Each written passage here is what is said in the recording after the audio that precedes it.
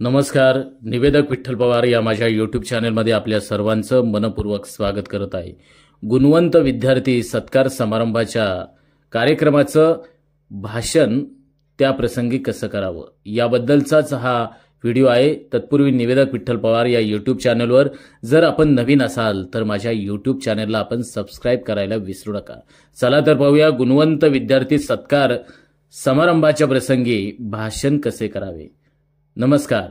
आज या मंगलमय प्रसंगी गुणवंत विद्यार्थी सत्कार समारंभाच्या निमित्तानं आपण एकत्र आलो आहोत. या सोहळ्याला उपस्थित असलेले आदरणीय व्यासपीठावरील मान्यवर महोदय, शाळेचे मुख्याध्यापक, शिक्षक, पालक आणि इथे उपस्थित असलेल्या सर्व विद्यार्थ्यांना माझे मनपूर्वक अभिवादन.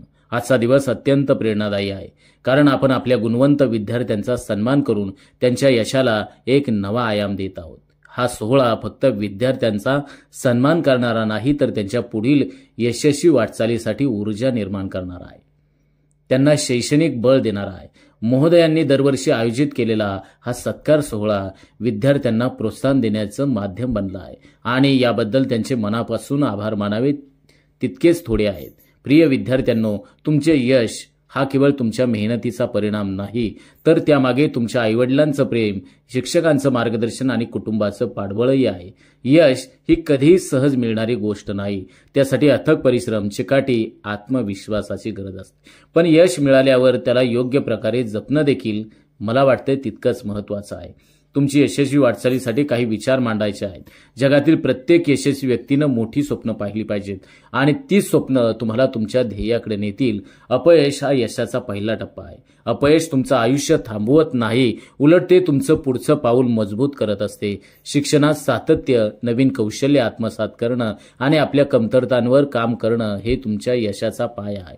आज ज्या विद्यार्थ्यांचा सन्मान केला जात आहे त्यांनी आपापल्यातील कष्ट आणि चिकाटीने हे सिद्ध केलं आहे की यश कोणालाही मिळवता येते. अशाच प्रकारे सतत प्रयत्नशील राहा आणि नवनवीन गोष्टी शिकत राहा. ज्यांना यावेळी सन्मान मिळाला नाही त्यांनी यशासाठी नव्या जोमानं प्रयत्न सुरू ठेवा. पुढच्या वेळी हे व्यासपीठ तुमच्या सन्मानासाठी नक्कीच सजेल. शेवटी या कार्यक्रमाचे उत्कृष्ट आयोजन केल्याबद्दल संयोजकांचं, महोदय आणि त्यांच्या टीमचं मनापासून अभिनंदन आणि आभार व्यक्त करतो. त्यांच्या या उपक्रमामुळेच आपला हा परिसर प्रेरणादायी आणि शैक्षणिकदृष्ट्या अधिक समृद्ध होत आहे. या शुभेच्छांसह मी माझे विचार इथे संपवतो. जय हिंद, जय महाराष्ट्र. कसं वाटलं गुणवंत विद्यार्थी समारंभाच्या प्रसंगी हे सुंदरसं भाषण? जर हे भाषण तुम्हाला आवडलं असेल तर निवेदक विठ्ठल पवार या यूट्यूब चॅनलला आपण सबस्क्राईब करा आणि व्हिडिओ आवडल्यास लाईक करा, शेअर करा, कमेंट्स करा आणि इतरांना देखील या यूट्यूबची लिंक शेअर करा. धन्यवाद. आमच्या चॅनलवर नवीन असाल तर सबस्क्राईब बटनावर क्लिक करा आणि बेल आयकॉन प्रेस करा.